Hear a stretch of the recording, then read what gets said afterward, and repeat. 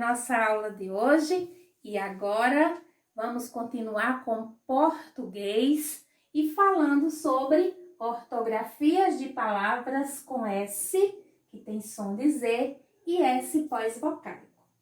Então, existem algumas palavras que são escritas com Z, outras que são escritas com S, porém elas têm o mesmo som.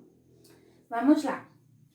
Por exemplo, na palavra visita, como vocês podem observar, ela é escrita com a letra S, porém ela tem o som de Z, porque ela está escrita no meio de duas vogais. Lembra que a tia Elisane explicou em outra aula que quando um S está no meio de duas vogais, ela tem som de Z. Outro exemplo, casa. Casa também é escrita com S, porém tem o som de Z. Está no meio de duas vogais. Já as palavras limpeza e beleza têm o mesmo som, porém são realmente escritas com a letra Z.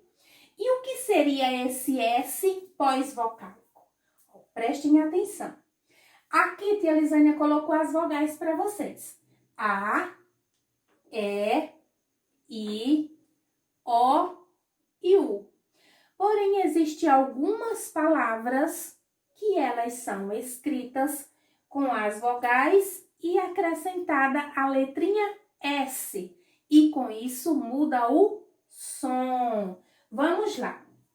Na letra A, quando tia Elisane acrescenta o S, fica as. Na letrinha E, quando acrescentamos o S, fica es. Na letrinha I, quando acrescentamos o S, fica is. Na letrinha O, os. E na letra U, quando colocamos o S, fica us, tá bom? Então, para você saber, você precisa ouvir o som. Agora, nós vamos pegar o nosso livro de caligrafia, isso mesmo.